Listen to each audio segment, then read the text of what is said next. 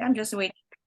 Alright, Miyerkules na po at patuloy pa rin natin binabantayan ng mga kaganapan sa sports. Kanina lang merong courtesy call ang ating mga Pilipino athletes dyan sa Malacanang. At syempre, mas lalo pa nating kikilalanin yung mga sports na kailangan nating bring our attention forward, lalo na yung mga unpopular sports. At ngayon ay itatampok natin dito sa Sports Corner PH ang sport na rope flow. Ano nga ba ang rope flow? Maraming nagtataga dahil of course isa yan sa mga kinaiiligan ng mga exercise routines ang rope sport na ito na rope flow. So para mas lalo pa natin maintindihan at maunawaan itong sport na ito, makakasama natin for the first time ang, well, sabihin natin isa sa mga influencers pagdating sa rope flow sa Pilipinas, the Ropeflowtita, Madam Gisselle Lim. Madam Gisselle, magandang araw and welcome to Sports Corner PH. Hi, good afternoon, Gab, and good afternoon to all the viewers. I'm Gisselle Lim, and in the Ropeflow community, I'm known as Ropeflowtita. So thank you for inviting me, and I'm glad to be here and to help promote Ropeflow. And of course, maraming salamat, Ma'am Gisselle, sa oras na binigay niyo sa amin para at least maipakilala natin sa ating mga followers at of course sa mga nasa Facebook, sa YouTube, itong sport na rope flow at tiyak makakatulong na rin ito sa lalong paglakas niya ng sport na ito. Pero bago yan, si Ma'am Gisselle po, kung inyo pong nalalaman niyo po, siya po ang nag-iisang First Lady ang may bahay ng ating Karate Pilipinas President na si Shian Richard Ricky Lim. Kaya madalas natin makikita si Ma'am Gisselle sa mga events ng Karate Pilipinas and at the same time si Shian Ricky pumupunta naman sa mga events mo na dinadaluhan mo. Yep, si Ricky is really supportive of this rope flow activity that I'm doing, which I really like because nakakatulong siyang magpapaya. At the same time, nakakatanggal ng stress, actually. So for me, I'm gonna define what rope flow is. Rope flow is to flow or roll using a rope. It is a fitness trend, and it's a great exercise that promotes rhythm, timing, balance, and coordination. It's a fun way to exercise and improve mobility and joint health. And with sufficient practice, it can also be a tool to release stress and anxiety. So for me, I discovered rope flow during the pandemic. That was end of September of 2020. I saw a celebrity who was doing it. I usually follow her because she's good in jump rope. And then one time, nakita ko siya. Sabi ko parang hindi masyado intense. Tapos yun na, parang nagustuhan ko na siya. So that's how I discovered rope flow. And bakit rope flow, tita, ang tawag nyo sa inyo ng ating mga kakilala mo? Dahil of course, pag tita kasi, alam natin, yung mga may edad na nasa 40s at nasa 50s, kailangan may mga maximize mo yung time para sa iba pa mga activities at hobbies. Yeah. So I chose Ropeflowtita because most of the time, like the friends of my kids, I have 5 kids, so they call me Tita. And of course, I'm turning 50 next year. So okay naman yung name na Tita. So medyo catching, diba? Na Tita na nag-exercise. So that's what I'm trying to promote, fitness and wellness by doing rope flow. Alright. So itong rope flow, ngayon lang ito nauso simula nung pandemic. Ikaw yung isa sa mga unang nagpa-discover dito at unang dalhin ito sa Pilipinas. It's a mix of jumping, jump rope, at of course dancing. Part jumping, part dancing. All in one exercise routine. So, paano ito laruin? May mga iba't ibang mga techniques na maaaring gawin gamit lang ang rope flow or jump rope para dito? Okay, so let's separate jump and rope flow. So ang jump rope kasi, 'di ba, ang way ng pag-jump nila is one way, that's overhand. So hindi kami tumatalon sa rope. Umiikot kami, we flow with the rope. So sa rope flow, merong 4 fundamental basic patterns, which is the underhand, the overhand, the dragon, and the snake. So let's start with the introduction of rope flow, which was discovered by David Weck in 2004. So sino ba si David Weck? David Weck is a biomechanist and inventor who specializes in the study of human movement and locomotion.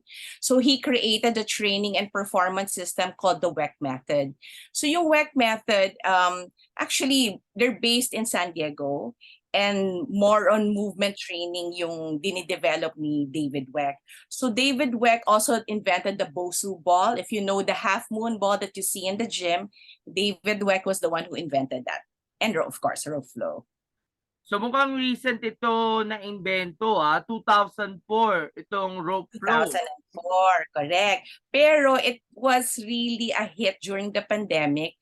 Pumasok siya sa Pilipinas 2019 as a form of physical therapy ni Coach Arman Bahakan or Ropeflow Philippines. So parang dun, parang kasi ano siya, PT siya. So meron siguro siyang mga patient na may shoulder injury. So ang Ropeflow nakatulong. So that's how Ropeflow was introduced in the Philippines, and later on during the lockdown 2020, may mga students siya or patients siya na who tried Ropeflow na nagustuhan to the point that they started to train with him kahit online because diba, there's lockdown. That's how Ropeflow Philippines started. Okay. Yung ginagamit na rope para dito sa Ropeflow, is it similar doon sa ordinary na jump rope lang na ginagamit of course, as a jump rope, or just the same? Actually, different. Kasi sa jump rope, ano sila, PVC, plastic. Yung iba, beaded rope. Sa amin, we use, I have a sample here. It's parang, ano siya, yan. Iba siya, iba yung material. No? And then, meron kaming handle. And the weight of the rope is also different. And we have different kinds of dimension. May makapal, may manipis, iba-iba siya. So this is the what we call the RMT rope. This was the rope invented by David Weck. So RMT stands for rotational movement training.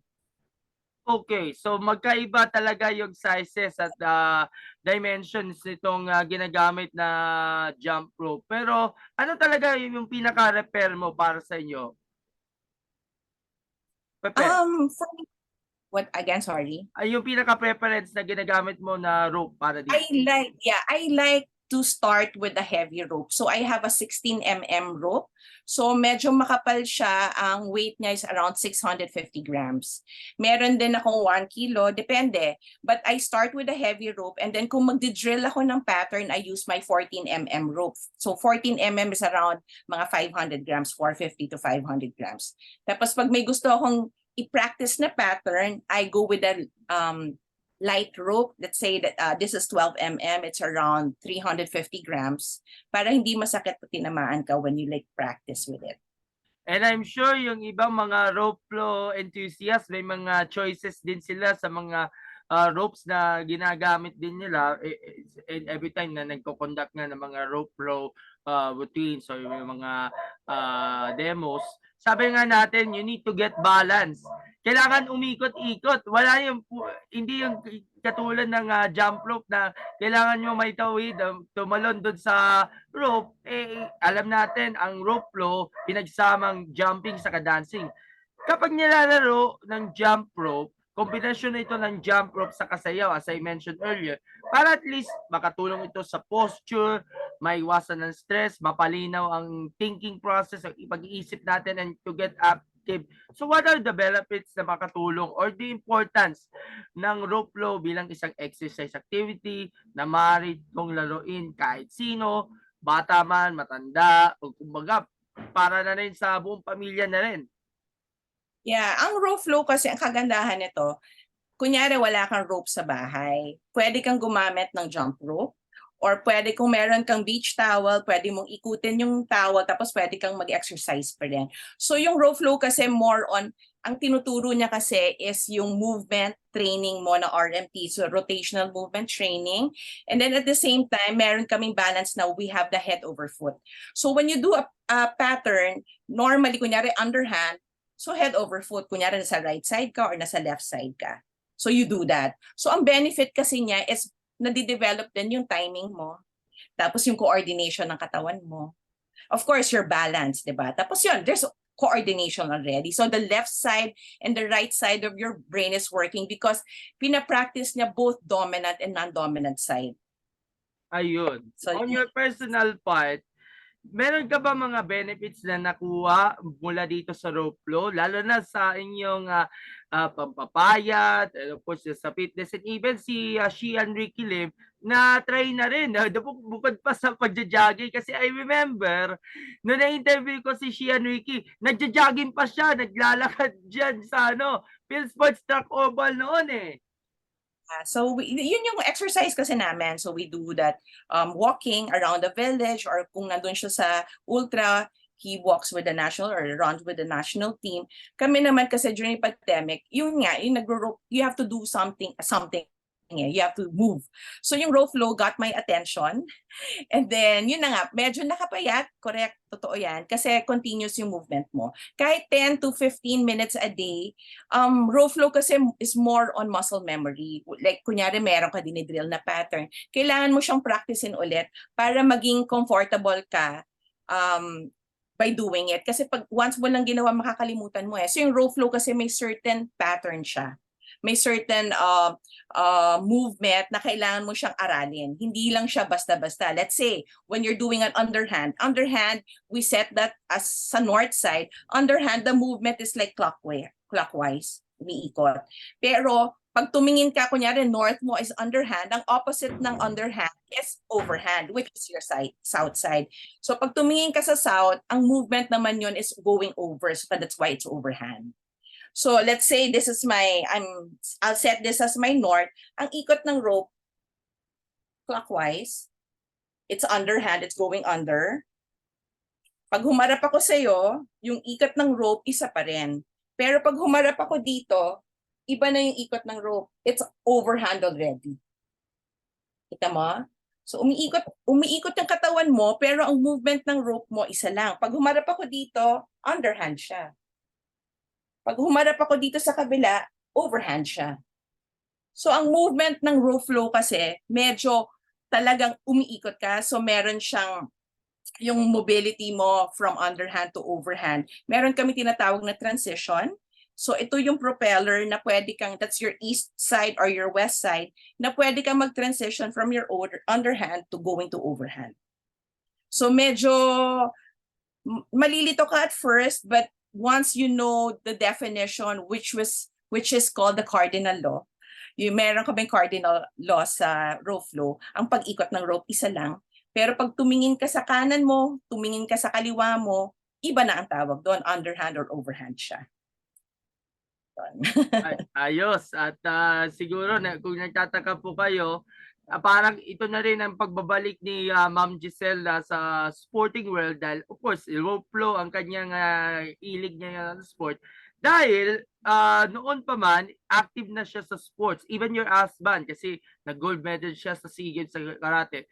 Si Gisselle po was used to play soft tennis before sa Asian Championships and the SEA Games. Bago pa sumulpot yung mga Soleta Sisters, Joseph Arcilla, ito talaga yung may tutuling na isa sa mga pioneer members ng soft tennis community. Tell us more about your days bilang parte ng ating soft tennis team. May mga nakasama ka before na of course part na rin din ng soft tennis community until now?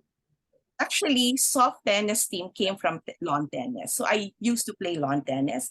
I started to play lawn tennis in Villamor Air Base. It was called Nichols before. I started to play when I was 6 years old.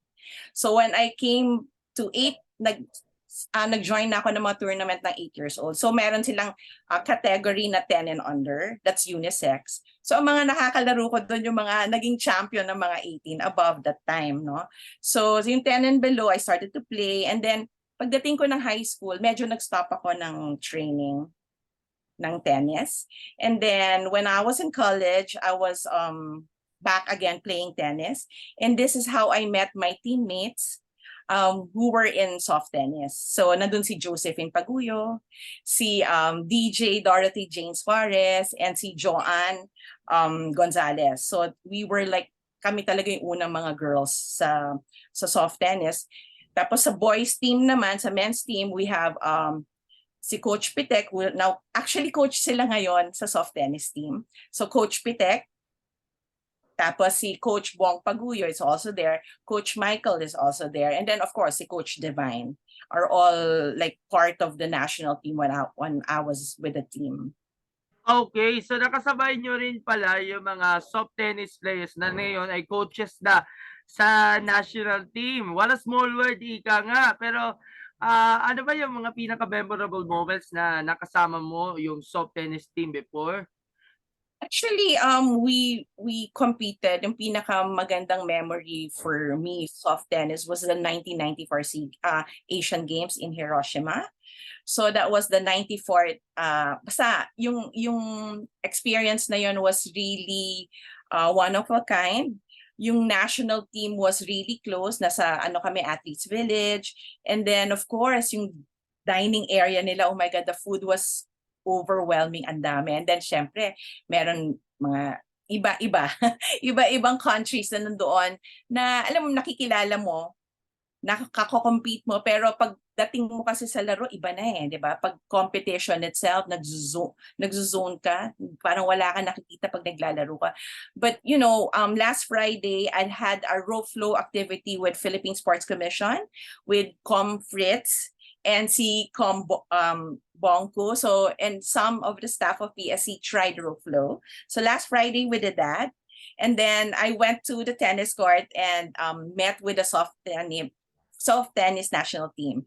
So, nag-try akong pumalo ulit. Ay, may palo pa pala. So, ayun, memorable siya because we used to train in Rizal.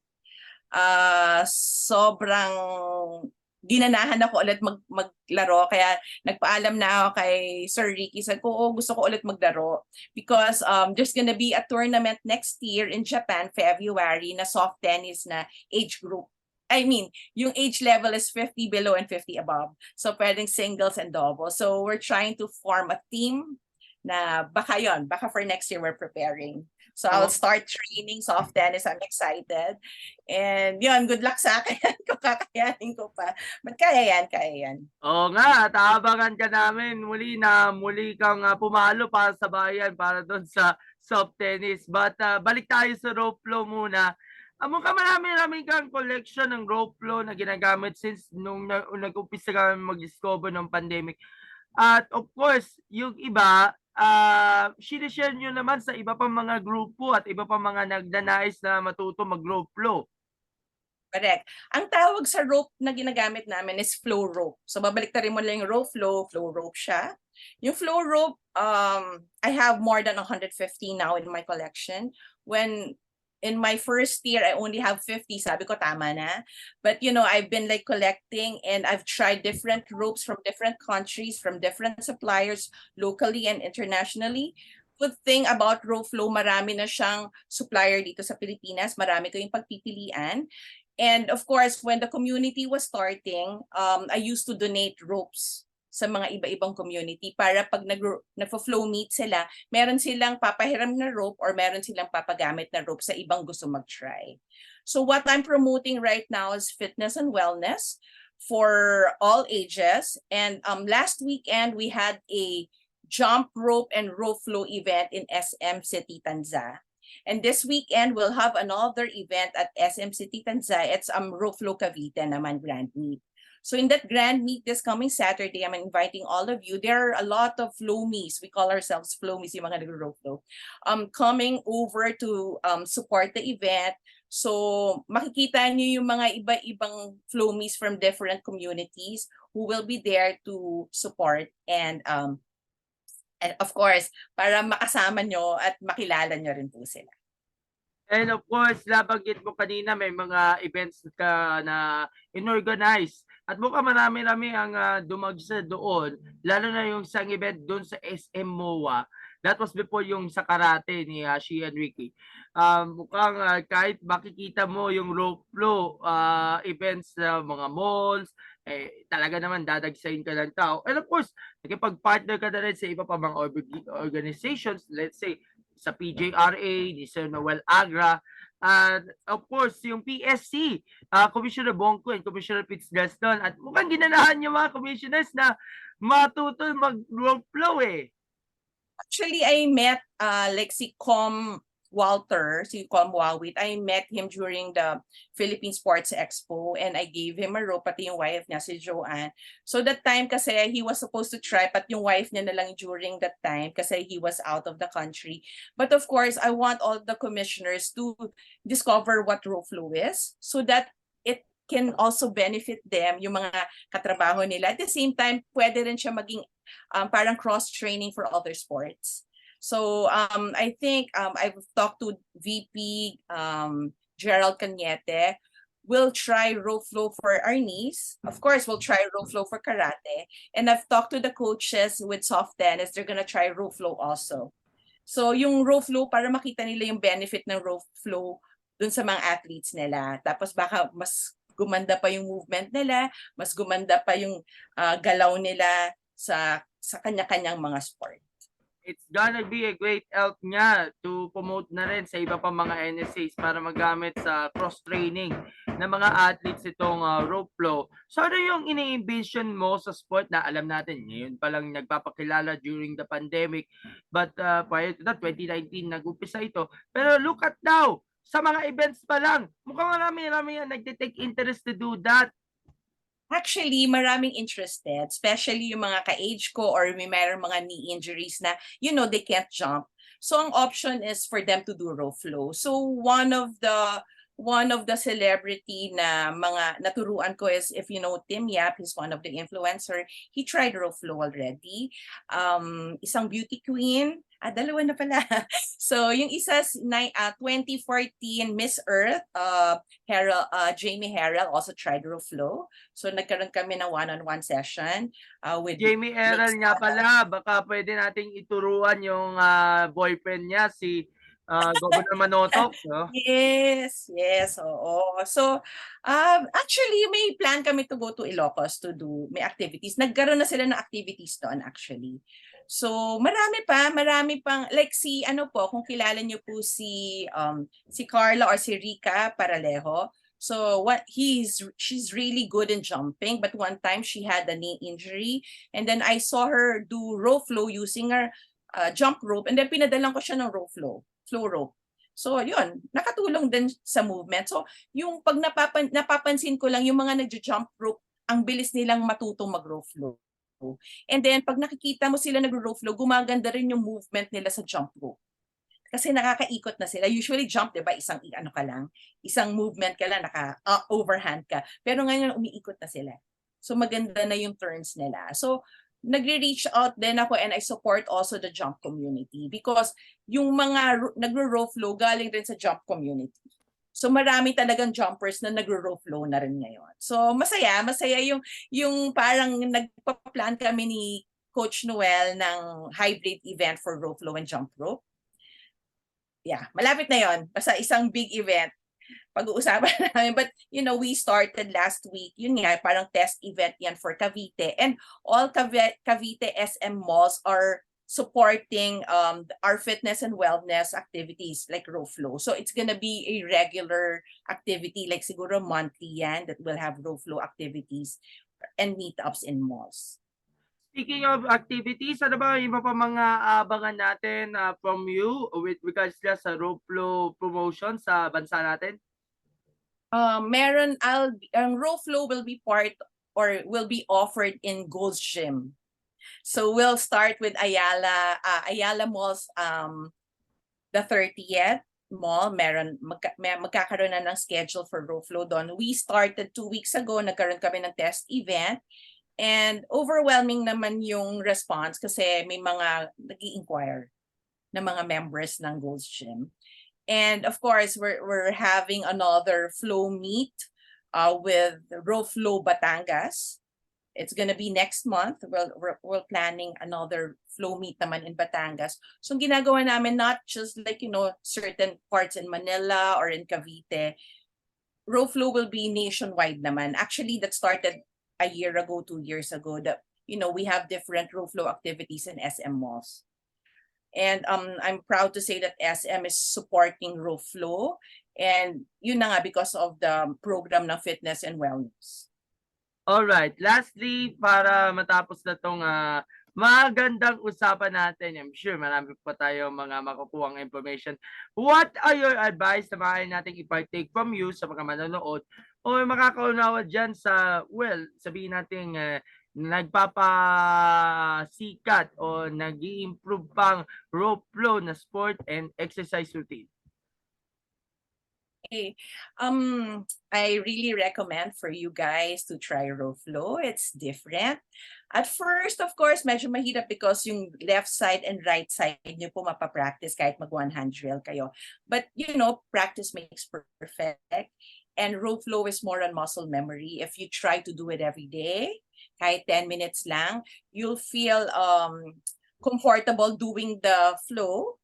And then pag na-exercise na kayo naman exercise, nakakatanggal din siya ng stress. Especially when you flow with the music, masaya siya. Tapos kasi minsan sinasabayan mo siya yung music. And then, of course, marami na kasing mga different patterns. Medyo yung iba mahirap. If you can't do it, pwede naman ulit bukas or you can try another pattern. Basta wag lang kayong madidepress. Wag lang kayong susuko, laban lang. Ganun lang row flow, pero masaya siya. And of course, nakakatulong sa ating kalusugan. Ayun. So, napaka-importante talaga to maintain yung magandang status ng inyong physical and mental health is to do exercise, proper diet, tapos dapat maayos ang tulog ninyo para at least maging healthy tayo in both physical and mental. At syempre, inirekomenda ni Ma'am Giselle na matry itong rope flow and maybe someday we could cover one of the events very soon, yung mga malalapit lang sa area namin para at least makita natin o masaksiyan natin yung mga taong nagnanais na matuto mag-rope flow, yung mga rope flow enthusiast syempre. Yes, I'll invite you, Gab. Meron kaming row flow activity on August 20. It's gonna be in Gold's Gym. Time to follow. But the event will be at Ayala the 30 at Gold's Gym. Alright, so bago tayo magbigay ng inyong last remarks, photo op tayo. Alright, thumbs up and smile in 3, 2, 1. Okay, maraming salamat Giselle for your time and baka pwede ninyo mag-imbita ang ating mga kababayan to do rope flow at sino mga pwede natin pasalamatan po before we wrap up. Okay, thank you, Gab, for inviting me with all your viewers. And I would like to invite everybody this Saturday. We have a row flow event in SM City, Tanza. It's from 1 to 5.